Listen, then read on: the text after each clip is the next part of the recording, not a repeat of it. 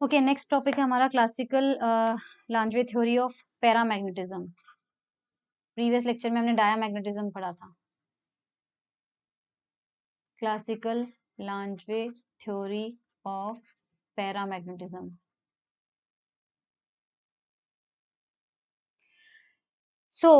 ये थ्योरी समझने से पहले कुछ पढ़ रखा है। वैसे तो हमने पैरामैग्नेटिक मटेरियल्स के बारे में क्या क्या पता था आपको। प्रीवियस लेक्चर से क्या पता चला कि वो एटम्स या सब्सटेंसेस जिनकी सबशेल्स जो हैं वो कंप्लीटली फिल नहीं होंगे, कम से कम एक अनपेयर इलेक्ट्रॉन होगा, तो उसकी ऑर्बिटल मोशन भी कंट्रीब्यूट करेगी और उसका स्पिन पार्ट भी कंट्रीब्यूट करेगा। दूसरी चीज ये बताई थी कि जो मैग्नेटिक फील्ड की डायरेक्शन होती है उसी डायरेक्शन में मैग्नेटिक मोमेंट अलाइन हो जाते हैं, ठीक है। और तीसरा ये बताया था कि अगर हम टेम्परेचर बढ़ाते हैं तो उनका डिस्टर्बेंस ज्यादा होता है, तो अगर टेम्परेचर बढ़ा दिया तो उनका डिस्टर्बेंस रैंडम होगा, और अगर मैग्नेटिक फील्ड बढ़ा दी तो एक डायरेक्शन में सारे के सारे अलाइन हो जाएंगे।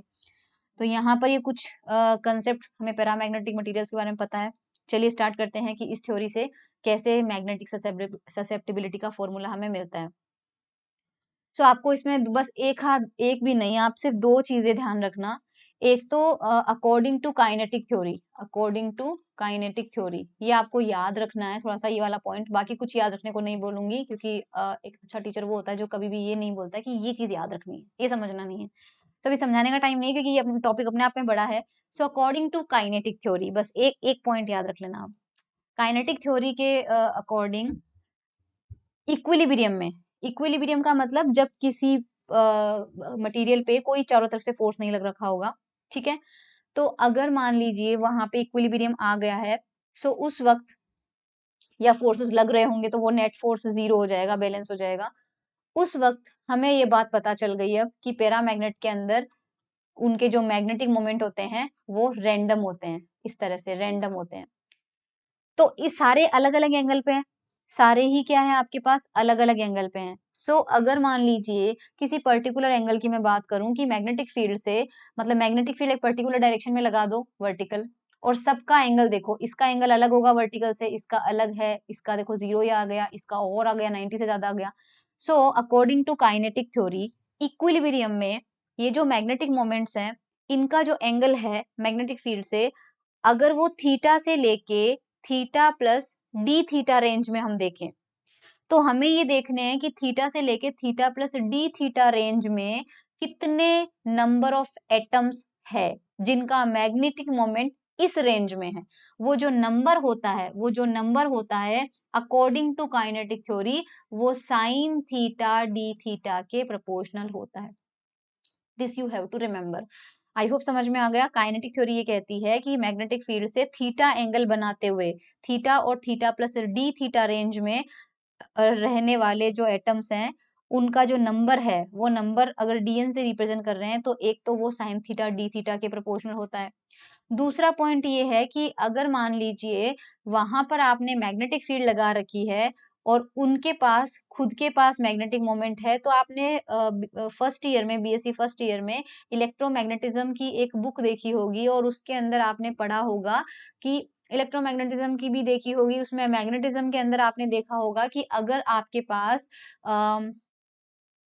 कोई करंट कैरिंग लूप होता है, करंट कैरिंग लूप होता है, तो मैग्नेटिक डाइपोल की तरह बिहेव करता है, राइट, चुंबकीय द्विध्रुव की तरह। और मैग्नेटिक मोमेंट अगर उसका मान लीजिए म्यू है, अगर उसका मैग्नेटिक म्यू है या फिर एम से लिखा हुआ होता है, कई बार मैग्नेटिक मोमेंट आपको दे रखा हो और एक्सटर्नल फील्ड आपको दे रखी हो बी, और आपसे कहा जाए कि जब ये वाला एटम इस मैग्नेटिक फील्ड में रखा जाएगा तो इसकी पोटेंशियल एनर्जी कितनी होगी। इसका डेरिवेशन आपको मैग्नेटिज्म वाली बुक में, किसी भी बुक में मिल जाएगा। ये होता है माइनस का एम बी कॉस थीटा या फिर माइनस का m dot B, m vector dot B. M यहाँ पे मैग्नेटिक मोमेंट ले रही हूँ, अगर उसको म्यू से रिप्रेजेंट किया है तो माइनस का म्यू डॉट बी हो जाएगा।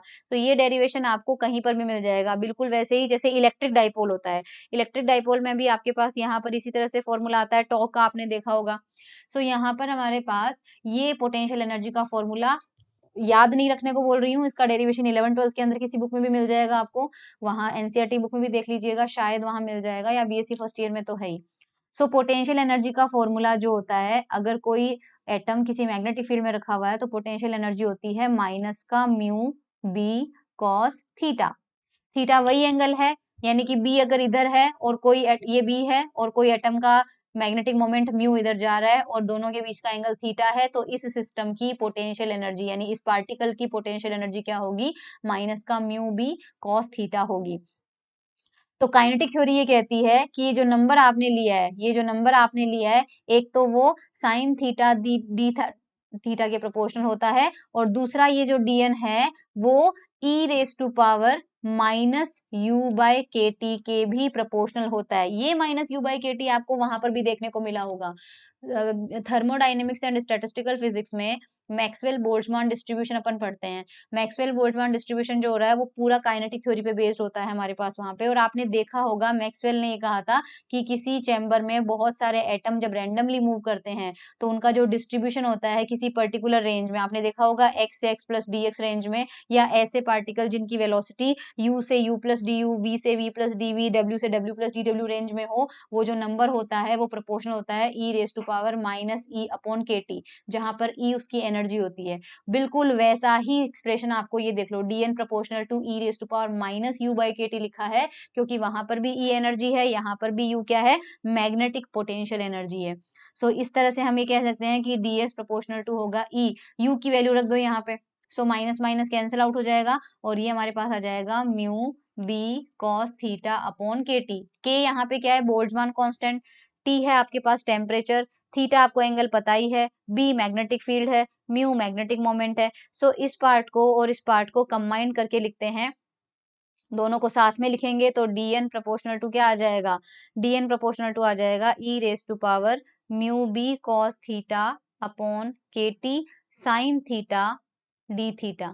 और इसको साइन को हटाने के लिए हम एक कांस्टेंट लगाएंगे और कांस्टेंट से हमें क्या मिल जाएगा, dn is equals to n times e raise to power mu B cos theta upon के T sine theta and D theta.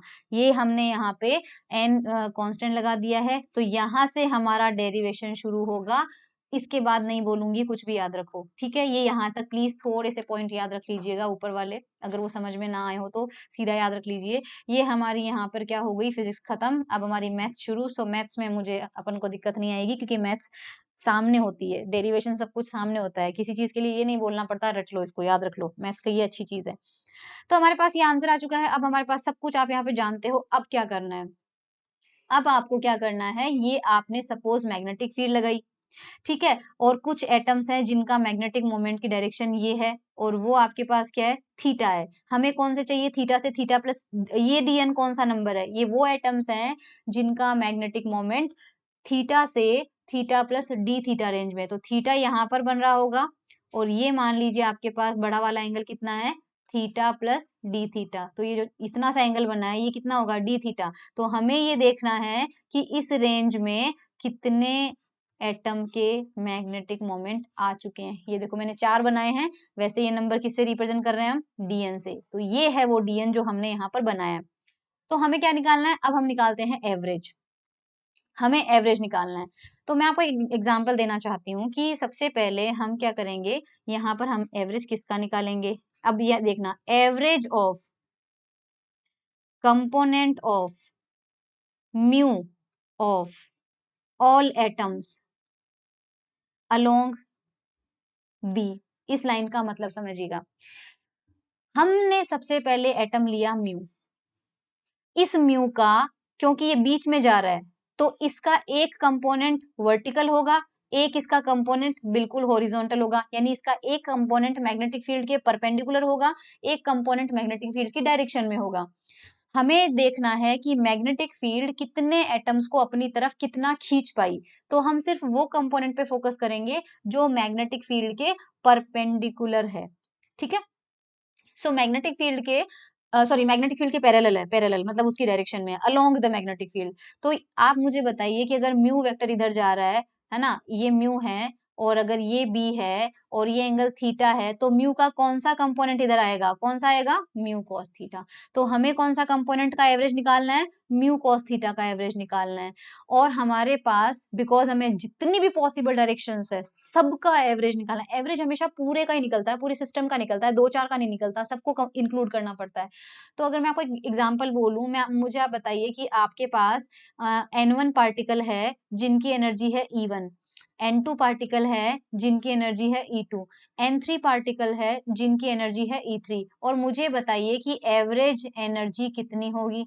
तो एवरेज एनर्जी आप कैसे निकालेंगे, आप बोलेंगे कि सारी एनर्जी को पहले टोटल करो, तो आप मुझे बोलोगे कि N1 E1, N2 E2, N3 E3, ये टोटल कर दो और नंबर से डिवाइड कर दो, कितने नंबर आपके पास, N1 plus N2 plus N3, यही होगा। हम भी यहाँ पर यही लगाएंगे।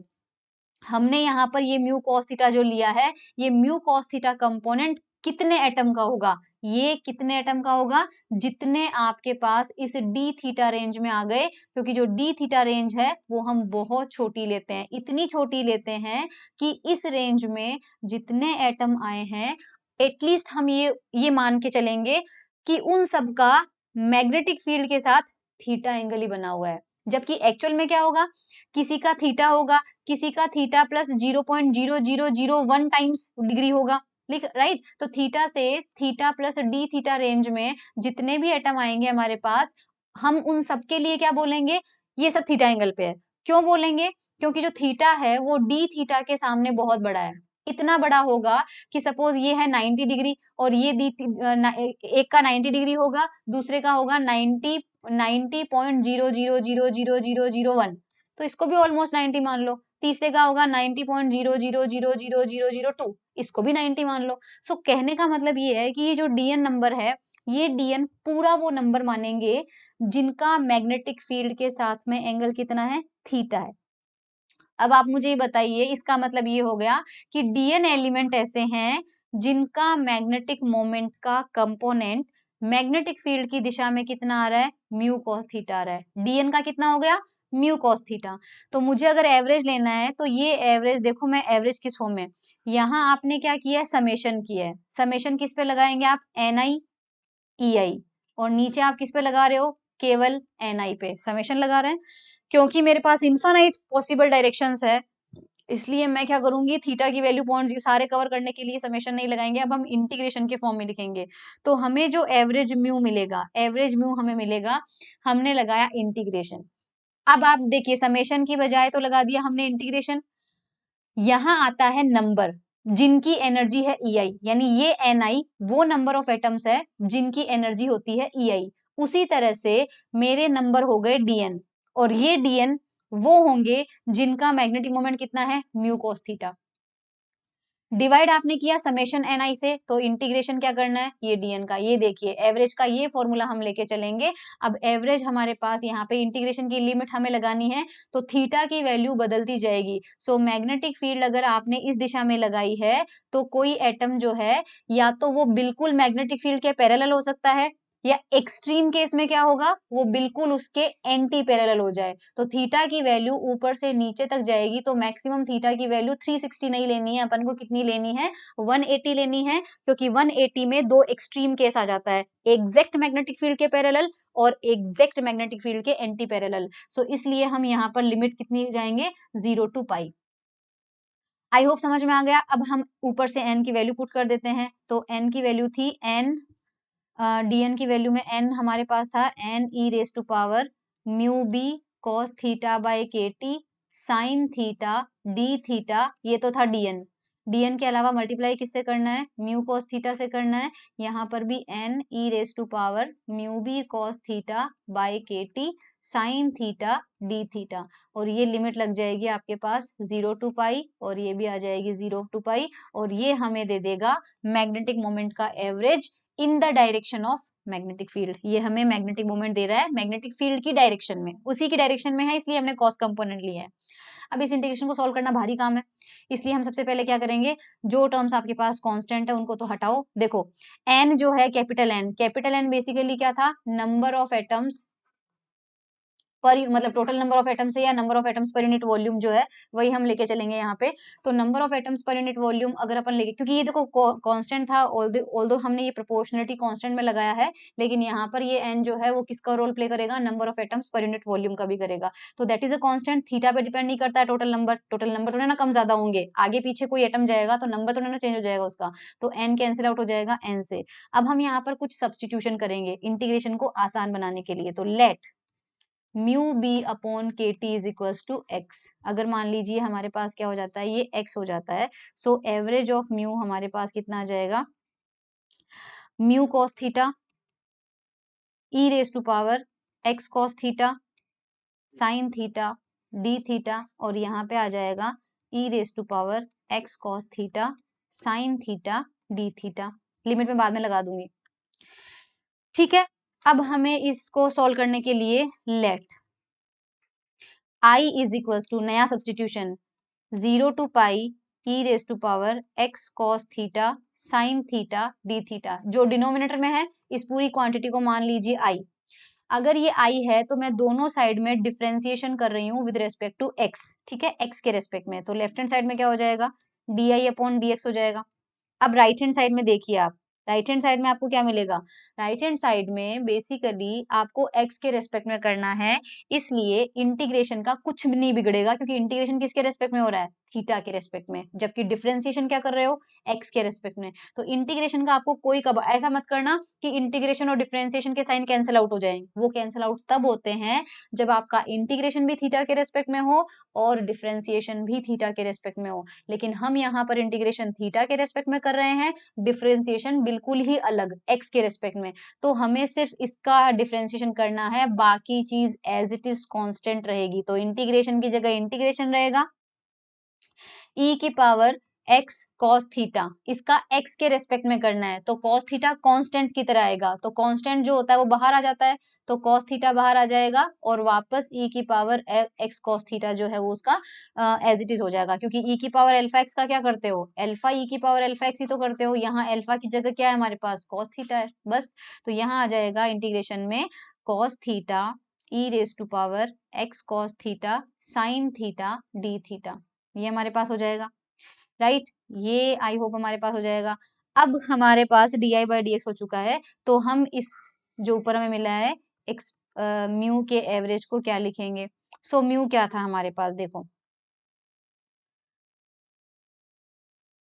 हाँ, सिर्फ देखना कोस थीटा ई की power x cos theta sine theta D theta, ये हमने अभी अभी मिला है, ये हमें अभी भी मिला है, क्या मिला था, ये हमें D I by D x, ये हमें क्या मिला है, D I by D x. ये हमारा क्या था, ये हमारा था आई, ठीक है, और ऑब्वियसली इसके अंदर इंटीग्रेशन इंक्लूडेड है, और ये D I by D x नीचे आई, और साथ में हमें क्या मिल रहा है, म्यू, तो mu by I D I by D x. तो इसको आप क्या लिख सकते हो, mu by I D I by D x, ये हमें यहाँ पर मिल गया, ये हमें मिल जाता है mu by I D I by D x. अब हमें सिर्फ आई चाहिए, है ना, आई हमने किसको माना था, आई हमने माना था 0 से pi E raise to power x cos theta sine theta D theta. इसको इंटीग्रेशन को सॉल्व कर लेते हैं। इस इंटीग्रेशन को सॉल्व करने के लिए देखो आप क्या करोगे, इस इंटीग्रेशन को सॉल्व करने के लिए आप मान लीजिए late sine theta cos theta को मान लो टी, कॉस थीटा को अगर टी मान लेते हैं तो माइनस का साइन थीटा डी थीटा कितना, डी थीटा कितना हो जाएगा, डी टी। तो ये इंटीग्रेशन क्या हो जाएगा हमारे पास, E raise to power X T, और साइन थीटा डी थीटा की जगह क्या आ जाएगा, माइनस का डी टी, तो माइनस यहाँ रहने दो, डी टी हो जाएगा। टी के रेस्पेक्ट में करो इंटीग्रेशन, तो टी के रेस्पेक्ट में इंटीग्रेशन कितना हो जाएगा, E raise to power X T upon X, X आएगा ध्यान रखना, ठीक है, ये हमारे पास हो जाएगा। वापस वैल्यू पुट कर दो, वापस वैल्यू पुट कर दो, तो ई की power x cos theta upon x, theta की वैल्यू कितनी है, 0 टू पाई है, तो यहाँ पर रखो, तो ये कितना मिलेगा, सबसे पहले थीटा की रखना है, तो ई की power x cos pi upon X minus 0, ये मिलेगा हमें। और यहाँ पे हमारे पास ये वैल्यू कितनी हो जाती है, यहाँ पे आपके पास, ओके हमें 0 रखना पड़ेगा यार, ई की पावर, सॉरी यहाँ पे नहीं आएगा, कितना आएगा ये, minus e raise to power x cos 0 upon x. I hope आप ये इंटीग्रेशन थोड़ा सा देख लेना, सो हमें माइनस का मिल रहा है E raise to power minus X, क्योंकि कॉस पाई कितना होता है -1, और ये हो जाएगा ई की पावर +1 अपॉन एक्स। बाहर एक माइनस साइन है, उसको अंदर ले लो, तो ई की पावर एक्स माइनस ई की power minus x divided by x. ये हमारा इस इंटीग्रेशन का आंसर, यानी ये हमें आई मिला है। आई होप हमें आई आ गया। अब हमें अगर ये चाहिए तो हमारा आई हो चुका है, हमें क्या चाहिए, d I by D x चाहिए। हमें क्या चाहिए, d I by D x. तो यहीं से अब क्या करो, d I by D x. D I by D x करते हैं तो हमें करना पड़ेगा d by D x of e raise to power x minus e raise to power minus x का डिफरेंशिएशन। ए बाई बी का करना होता है तो कैसे करते हैं, सबसे पहले ऊपर वाले फंक्शन का डिफरेंशिएशन करो। तो ऊपर वाले फंक्शन का डिफरेंशिएशन हमारे पास कितना हो जाएगा, या फिर इसको दो पार्ट में तोड़ लो, ज्यादा और आसान रहेगा हमारे पास। फर्स्ट पार्ट आपका रख लो ई एक्स, दूसरे फंक्शन में लिख लो 1/x, मल्टीप्लीकेशन का लगा दो। मल्टीप्लीकेशन फैक्टर का लगा दिया तो सबसे पहले हमें यहाँ पर क्या करना पड़ेगा, इसके अंदर 1/x को एज इट इज रखो और पहले इसका कर दो, पहले इसका कर दो। तो 1/x को एज इट इज रखा और e की पावर x का माइनस e की पावर माइनस x का करेंगे तो e की पावर x का हो जाएगा एज इट इज, और माइनस e की पावर माइनस x का कितना होगा, माइनस ऑफ e की पावर माइनस x। तो दो माइनस मिलके ये यहाँ पे प्लस आ जाएगा। उस टाइम 1/x को एज इट इज रखा प्लस। अब हमें क्या करना है, e की पावर x माइनस e की पावर माइनस x को एज इट इज रखना है और 1/x का करना है, जो कि कितना हो जाता है -1 अपॉन एक्स स्क्वायर।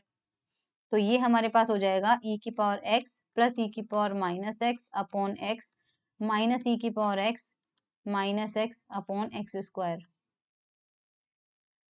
आ गया समझ में। हमें यहाँ पर क्या करना है, ये हमारे पास D I by D X हो जाएगा। तो अब हम इसके अंदर यहाँ पर क्या करेंगे,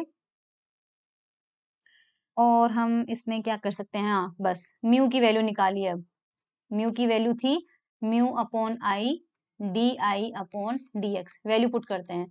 तो म्यू अपॉन आई क्या था, ये रहा आई, ई की पावर एक्स माइनस ई की पावर एक्स माइनस ई की power minus X upon x, तो वो एक्स ऊपर चला जाएगा। ये तो था हमारा आई हो गया।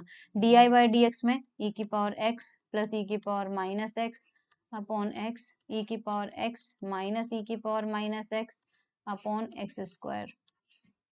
ओके, ये नीचे वाली क्वांटिटी को अंदर लेके जाओ, है ना। तो हमारे पास आ जाएगा म्यू एक्स। तो सबसे पहले फर्स्ट टर्म में तो मिलेगा, देखो इस x से ये x कैंसिल आउट हो जाएगा और इस x की एक पावर भी चली जाएगी, क्योंकि जब ये अंदर लेके जाएंगे तो डिनोमिनेटर में एक एक पावर चली जाएगी, और इसको अंदर लेके जाएंगे तो e की पावर x प्लस e की power minus X upon e की पावर x माइनस e की power minus x minus e की पावर x माइनस e की power minus X upon e की पावर x माइनस e की power minus x, और नीचे x भी बच रहा है, एक x बच रहा है, इससे ये कैंसिल आउट हो रहा है और ये आपके पास हो जाता है म्यू। अच्छा अब ये x नहीं चाहिए ना, ये x तो अंदर जा चुका है। ये आपके पास देखो कॉट हाइपरबोलिक x का फॉर्मूला है, गूगल सर्च कर लेना कॉट हाइपरबोलिक x क्या होता है, -1/x। तो ये हमारे पास म्यू का एक्सप्रेशन आ चुका है। That's all. इस फंक्शन को हम यहाँ पे रिप्रेजेंट करते हैं एल एक्स से, जहां पर इस एल एक्स को बोलते हैं लांजवे फंक्शन। इसको हम बोलते हैं लांजवे फंक्शन, ठीक है। सो हमारे पास एवरेज मैग्नेटिक मोमेंट किस डायरेक्शन में, मैग्नेटिक फील्ड की डायरेक्शन में इतना आ चुका है। अब हमें निकालना है ससेप्टिबिलिटी, राइट। ससेप्टिबिलिटी का फॉर्मूला हमें निकालना है। तो ससेप्टिबिलिटी के लिए हमारे पास अगेन क्या होता है, ससेप्टिबिलिटी होती है m अपॉन एच, और सेम प्रीवियस लेक्चर में देखा था। इसे हम लिख सकते हैं mu not m upon B, क्योंकि h का formula mu not by B होता, बी बाई म्यू नॉट होता है। और इंटेंसिटी ऑफ मैग्नेटाइजेशन का फॉर्मूला मैंने आपको पहले भी बता रखा है कि number of atoms per unit volume अगर कैपिटल N है और एवरेज मैग्नेटिक मोमेंट म्यू है, तो m की वैल्यू होती है n मल्टीप्लाई बाय म्यू। और ये आप प्रीवियस लेक्चर में देख लेना कि ये कैसे लिखा है m की वैल्यू। तो हमारे पास ससेप्टिबिलिटी का फॉर्मूला आ चुका है ये। अब हमें एवरेज म्यू यहाँ पे डालना है, एवरेज म्यू का फॉर्मूला डालना है। लेकिन उससे पहले आपको एक चीज ध्यान रखनी है कि जो m होता है, क्योंकि ये m की वैल्यू होती है n टाइम्स म्यू, तो वो कितनी होती है, वैल्यू पुट करते हैं तो n म्यू एल एक्स, मैंने ऊपर से वैल्यू पुट कर दी, राइट। इसे क्या लिख सकते हैं आप, इसे लिख सकते हैं आप ms इंटू एल एक्स, जहां पर ये ms क्या होता है, ms होता है n into mu, and this is called saturation intensity of magnetization, saturation intensity of magnetization, संतृप्त चुंबकन तीव्रता होती है ये। सेचुरेशन क्यों बोला इसको, एक्चुअल में आपने ये देखा कि यहाँ पर आपके पास मैग्नेटिक फील्ड है बी, और आपके पास जब इस तरह से एटम्स अलाइन होंगे तब अगर आप मैग्नेट कैपिटल एम की वैल्यू निकालोगे, तो उस कैपिटल एम की वैल्यू निकालने में कहीं ना कहीं आपको म्यू कॉस थीटा का टर्म मिलेगा, क्योंकि इसका म्यू यहाँ पर है, ये थीटा 1 पे होगा, ये थीटा 2 पे होगा, ये थीटा 3, तो ये म्यू जो होगा जिसका एक्चुअल मैग्नेटिक मोमेंट तो म्यू है, लेकिन क्योंकि ये मैग्नेटिक फील्ड की डायरेक्शन में नहीं है, इसलिए अगर मैग्नेटिक फील्ड की डायरेक्शन में इसका कंपोनेंट लेना पड़ेगा तो वो कितना आ रहा था, म्यू कॉस थीटा, और कॉस थीटा की वैल्यू हमेशा 1 से कम होती है, मतलब मैक्सिमम कितनी हो सकती है, 1 हो सकती है, अदरवाइज तो 1 से कम होगी। तो अगर पिक्चर ऐसी रही तो आपको जो m की वैल्यू मिलेगी वो हमेशा थोड़ी बहुत कम होगी। वो कम क्यों होगी, क्योंकि cos थीटा की वैल्यू 1 से कम होती जाएगी, और जितना थीटा आपका बढ़ता जाएगा उतनी वैल्यू घटती जाएगी, तो m की वैल्यू आपको कम मिलेगी। तो अगर मैं आपसे पूछूं कि मैक्सिमम m आपको कितना मिल सकता है, तो आप मुझे कहेंगे कि अगर ये म्यू जो है वो सारे यहाँ से हटके मैग्नेटिक फील्ड के पैरेलल हो जाए, तो सबके लिए थीटा की वैल्यू क्या हो जाएगी, 0। सबके लिए थीटा की वैल्यू 0 हो जाएगी, तो इसका जो म्यू कॉस थीटा है वो बी की डायरेक्शन में कितना रहेगा, म्यू रहेगा। इसका जो म्यू कॉस थीटा है वो भी म्यू रहेगा, इसका जो म्यू कॉस थीटा है वो भी म्यू रहेगा, और इसका जो कॉस थीटा है वो भी म्यू रहेगा। और आपके पास नंबर ऑफ एटम्स कितने हैं, n है, तो सबका मिला के कितना हो जाएगा, n इंटू म्यू। तो ये आपके पास मैक्सिमम वैल्यू मिल सकती है किसकी, कैपिटल M की। इसीलिए इस n इंटू म्यू को हम सेचुरेशन इंटेंसिटी बोलते हैं। सेचुरेशन का मतलब इससे ज्यादा m नहीं हो सकता, इससे कम ही होगा। तो मैक्सिमम तो ms होता है, और अदरवाइज थीटा एंगल पे रखोगे तो कितना मिल जाएगा, m मिल जाएगा, और m की वैल्यू हमेशा ms से कम होगी। ठीक है, सो हमारे पास यहाँ पर मिल जाता है, इसलिए हम m को क्या लिख सकते हैं, m का फॉर्मूला लिख सकते हैं ms into L x. L x की वैल्यू कितनी थी, cot hyperbolic x minus 1 upon x. तो ये रिलेशन बड़ा इंपॉर्टेंट है। अब अगर इसका ग्राफ प्लॉट करते हैं तो इसका ग्राफ आपको डायरेक्टली याद रख लेना, नहीं तो और अच्छी, अगर आपके पास फुर्सत है इतनी ज्यादा तो वैल्यू रखते जाइए एक्स की और प्लॉट करते जाइए एल एक्स की। तो इसका जो ग्राफ आता है वो इस तरह से आता है मतलब ये इनिशियली स्ट्रेट लाइन होती है जो होती, लेकिन वो आगे जाके डाइवर्ट हो जाती है। ठीक है, सो इस तरह से इसका ग्राफ आता है। ग्राफ इज नॉट इंपॉर्टेंट नहीं है वैसे हमारे पास ग्राफ, क्योंकि ग्राफ ससेप्टिबिलिटी का इंपॉर्टेंस होता है। अब इसमें देखो केस 1, अगर आपके पास मैग्नेटिक फील्ड बहुत स्ट्रांग है, बी वेरी स्ट्रांग, बहुत स्ट्रांग मैग्नेटिक फील्ड में आपके पास क्या होगा, एक्चुअल में आपने x की वैल्यू क्या मानी थी, म्यू बी अपॉन के टी मानी थी, है ना। यहाँ पर क्या चीज है आपके पास, एक तो मैग्नेटिक फील्ड है जो उन सारे मैग्नेटिक मोमेंट को सीधा करने की कोशिश कर रही है, और एक आपके पास टेम्परेचर वाला फैक्टर है जो उनको वापस बिखेरना चाहता है। लेकिन हमने केस 1 में क्या लिया है, बी स्ट्रॉन्ग है, यानी कि ये फैक्टर डोमिनेट करना चाहिए किसके कंपैरिजन में, टेम्परेचर के कंपैरिजन में। तो वेरी स्ट्रॉन्ग में कंडीशन क्या लगाएंगे कि म्यू बी की वैल्यू केटी की तुलना में बहुत ज्यादा होगी, और अगर आप मुझे बताइए कि म्यू बी की वैल्यू केटी की तुलना में ज्यादा होगी तो एक्स बड़ा होगा या कम होगा, क्योंकि ऊपर की क्वांटिटी आपने बढ़ा दी बहुत, नीचे की क्वांटिटी कम कर दी, तो ऑब्वियसली एक्स की वैल्यू क्या हो गई, बहुत ही ज्यादा बड़ी हो गई। और जब x की वैल्यू बहुत ज्यादा बड़ी होती है तो 1/x को नियरली इक्वल टू क्या मान सकते हैं हम, 0 मान सकते हैं।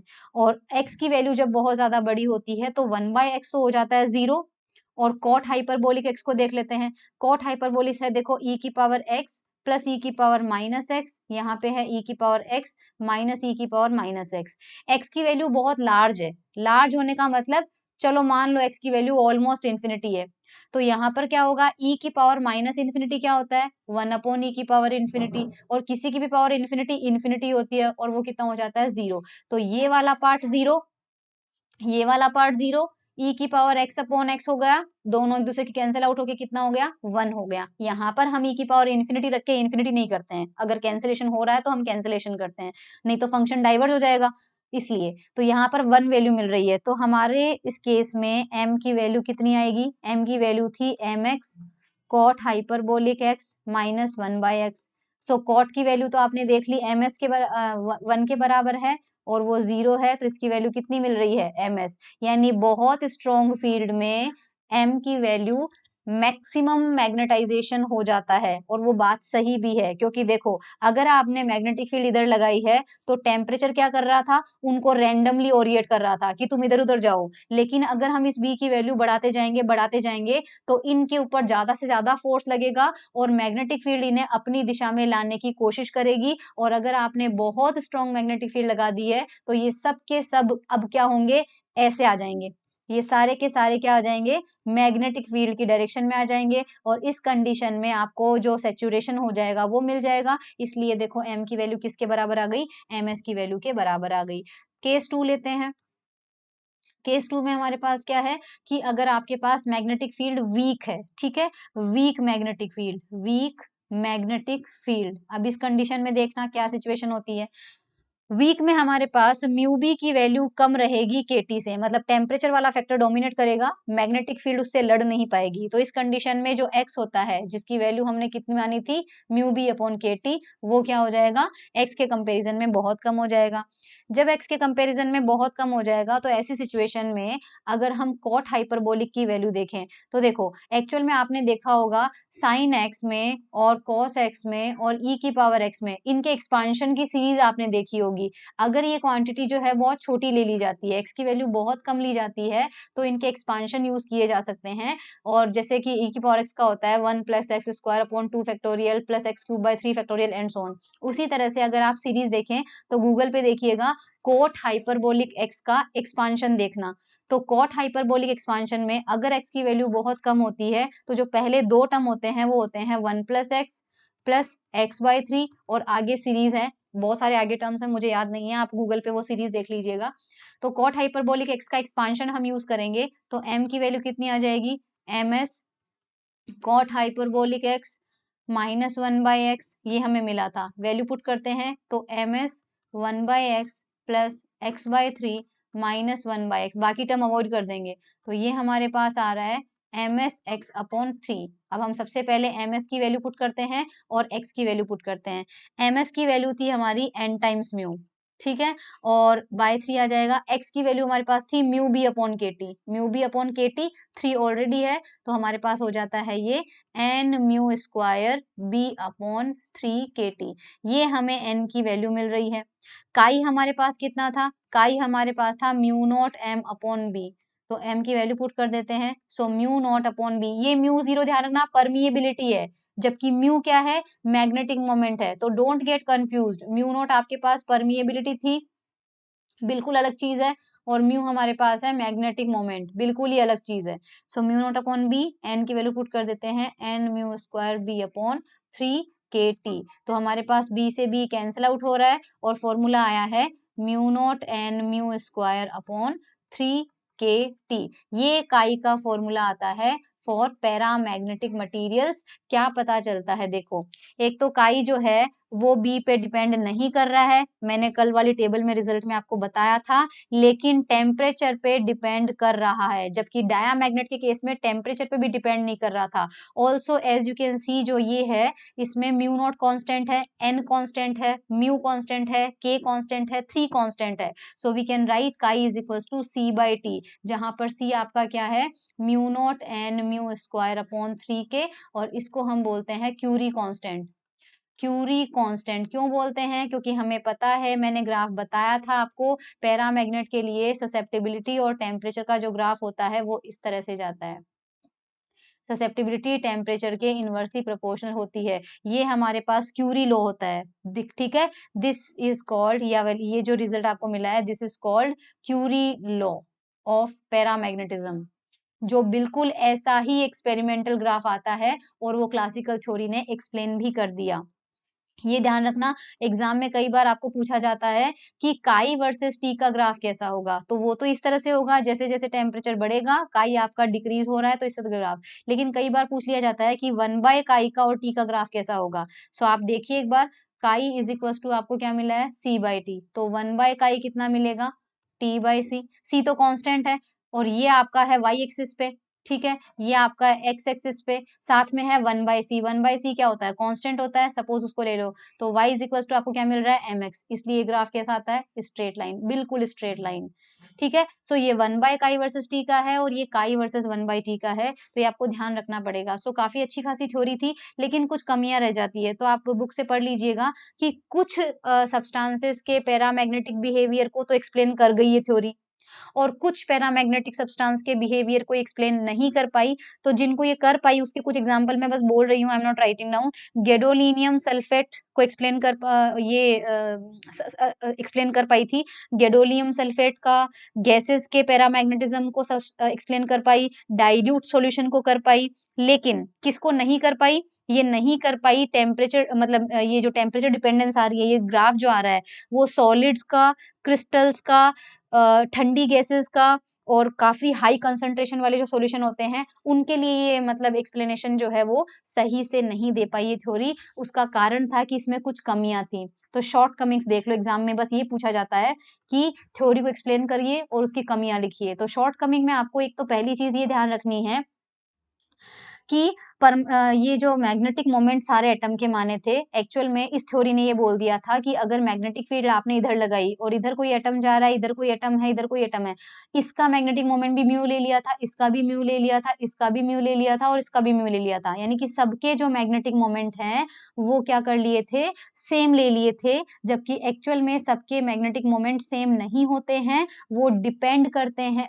हमने देखा था कि सबका जो एंगुलर मोमेंटम होता है एल, म्यू जो आता है वो किससे आता है, एल आता है। और जो इलेक्ट्रॉन्स होता है उनके लिए जो एल होता है वो हमने देखा था एम आर क्रॉस वी होता है ना, आर क्रॉस पी। तो ये जो आर होता है ऑब्वियसली हर इलेक्ट्रॉन का अलग अलग रेडियस के सर्कल में चक्कर कर रहा है, हर इलेक्ट्रॉन क्या हो रहा है, अलग अलग रेडियस के सर्कल में चक्कर कर रहा है। तो डिस्ट्रीब्यूशन ही बदल गया, जब डिस्ट्रीब्यूशन बदल गया तो सबका क्या होना चाहिए, एल चेंज होगा, एल चेंज होगा तो मैग्नेटिक मोमेंट चेंज होगा। तो इस थ्योरी ने सारे एटम का मैग्नेटिक मोमेंट सेम मान लिया, जबकि वो सेम नहीं होता है, वो डिपेंड करता है पोजीशन ऑफ इलेक्ट्रॉन, इलेक्ट्रॉन की पोजीशन क्या है और उसका अरेंजमेंट कैसा है, तो अरेंजमेंट पर चेंज करता है। सो म्यू सबका सेम नहीं होता है और इस थ्योरी ने मान लिया था, इसलिए इसके रिजल्ट शायद कुछ गलत आए थे। दूसरा ये है कि लांजवे थ्योरी ये कहती है कि अगर आपने मैग्नेटिक फील्ड लगा रखी है तो 0 से लेके पाई एंगल तक में जितनी पॉसिबिलिटी है, यानी इस 180 डिग्री की रेंज में कोई भी एटम का मैग्नेटिक मोमेंट मर्जी से कितने पर एंगल पे भी हो सकता है, मतलब 0 पे भी हो सकता है, 1 पे भी हो सकता है, 2 पे भी हो सकता है, 3 पे भी, 5 पे, 6 पे, 7 पे, कितना भी हो सकता है। जबकि क्वांटम थ्योरी ये कहती है कि नहीं, स्पेस क्वांटाइजेशन मैंने आपको पढ़ाया था, याद है, इस तरह का ग्राफ बनाया था, मैंने कहा था कि एल की कुछ फिक्स्ड ओरिएंटेशन ही आपके पास होती है, उनके बीच की डायरेक्शन पॉसिबल नहीं होती है, और एल से ही तो म्यू आता है। तो अगर एल क्वांटाइज्ड है तो म्यू एल भी क्या होना चाहिए, क्वांटाइज्ड होना चाहिए। इसका मतलब आपका जो ये आप बोल रहे हो 180 डिग्री में कोई सा भी एंगल ले लो, ये पॉसिबल नहीं है। यहाँ पर आपके पास कुछ सेलेक्टेड वैल्यूज ही अलाउड होगी, बस वही कंसीडर करो, पूरा 180 डिग्री कंसीडर मत करो, जबकि इस थ्योरी ने कंसीडर कर लिया था, इसलिए शायद हो सकता है कि थ्योरी इनकम्प्लीट रह गई। तो ये दो इसकी कमियां थी, इस वजह से हमें क्वांटम थ्योरी की तरफ बढ़ना पड़ा, जो कि हम पढ़ेंगे अगले सेशन में। Bye everyone.